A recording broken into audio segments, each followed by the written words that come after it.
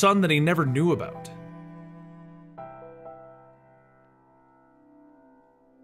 Welcome to Origins, where we bring you the origins of your favorite superheroes and villains. Today we're going to be talking about the current Robin, Damian Wayne.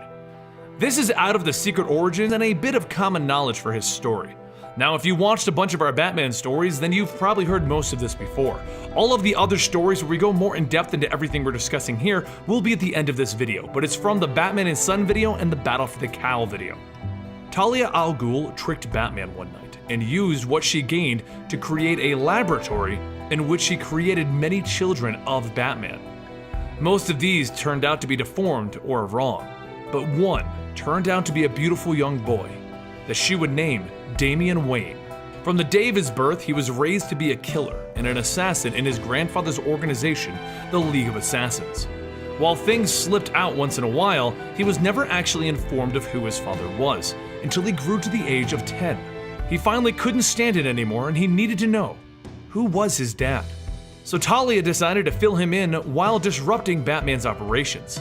So she revealed Batman to Damian and Damian to his father, Bruce Wayne. Damian was honestly a pain in the butt.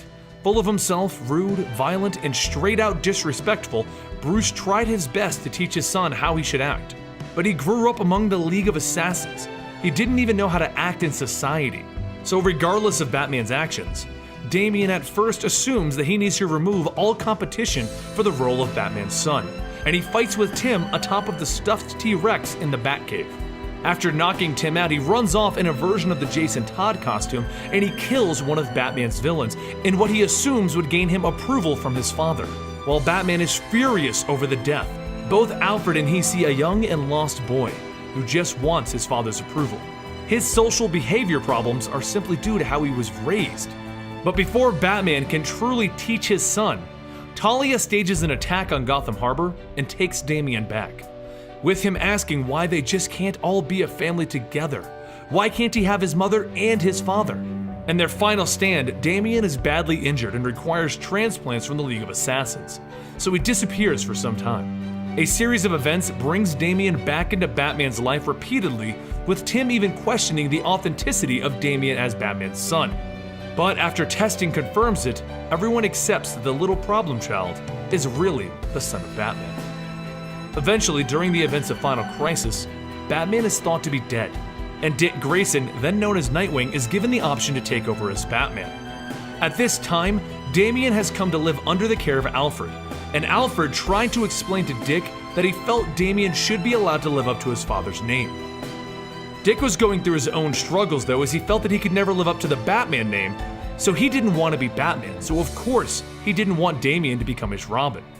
Jason Todd then arrived and tries to take the mantle by force, resulting in a battle with Dick, Tim, and Damian.